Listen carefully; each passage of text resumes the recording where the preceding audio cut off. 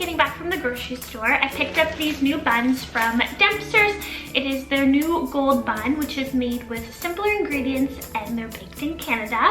So with the long weekend around the corner, I thought I would make some burgers. So I got some ingredients. I'm going to do a ground turkey burger, super easy and super yummy. So let's get into it. So I'm just taking the stuffing mix, mixing it up so that all the spices are mixing with the breadcrumbs. Then I'm going to take a half a cup and then 1 teaspoon of onion flakes, onion powder, whatever you have.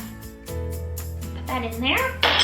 And then I'm gonna pulse this on my blender. So now it looks like this.